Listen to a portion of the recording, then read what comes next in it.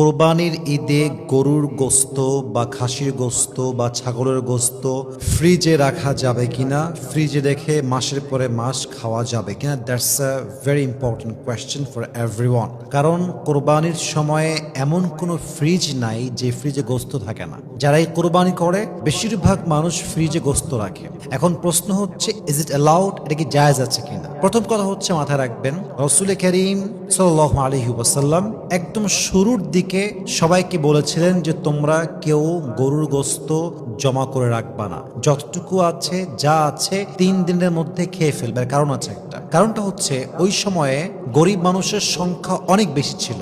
এজন্য রাসূল করিম সাল্লাল্লাহু আলাইহি ওয়াসাল্লাম বলেছিলেন তোমরা যদি সব জমায় রাখো তাহলে গরিবরা তাদের ভাগটা পাবে না। তাই 3 দিনের মধ্যে যতটুকু পারো নিজে খাও, মানুষকে বিলিয়ে দাও, জমিয়ে রাখা যাবে না। বাট পরবর্তী সময়ে সহিহ মুসলিমের বর্ণনা, নবী করিম সাল্লাল্লাহু আলাইহি ওয়াসাল্লাম বলেছেন তোমরা চাইলে এখন থেকে খেতেও পারো অথবা জমায়েও রাখতে পারো। এটা সহিহ মুসলিমের বর্ণনা।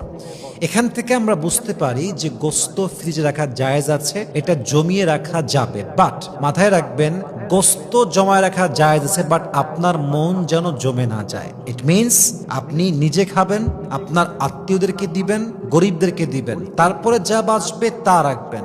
এখন আপনি গরু জবাই দিয়ে সোজা রাখলেন ফ্রিজে, কাউকে দিব না, নিজেও কম খাবো, মানুষকেও দিব না, গরিবদেরকেও দিব না, এটা ঠিক না।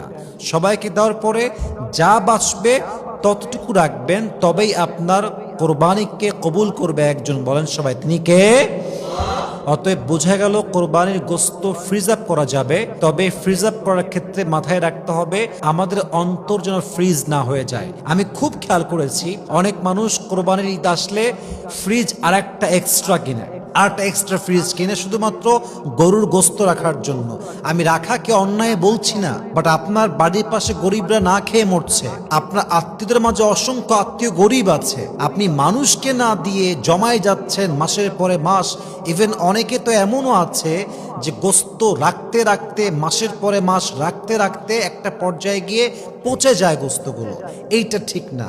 নিজে আগে খাবেন মন মতো, আত্মীয়দেরকে দিবেন, গরিবদেরকে দিবেন, সবাইকে দেওয়ার পরে যা বেঁচে যাবে অল্প কয়েকদিন রেখে আবার খেয়ে ফেলবেন। মাসের পরে মাস রেখে দেওয়া, বছরের পরে বছর রাখা, এটা কখনো শরিয়াহ সম্মত হতে পারে না। ঠিক কিনা বলেন? অতএব গোস্ত ফ্রিজ আপ করেন, বাট খেয়াল রাখবেন এটা যেন আপনার আমল নষ্টের কোনো কারণ না হয়। আল্লাহ আমাদের সবাইকে বোঝার তৌফিক দান করুক। আমরা সকলেই জবান খুলে মন খুলে পড়ছি আমিন।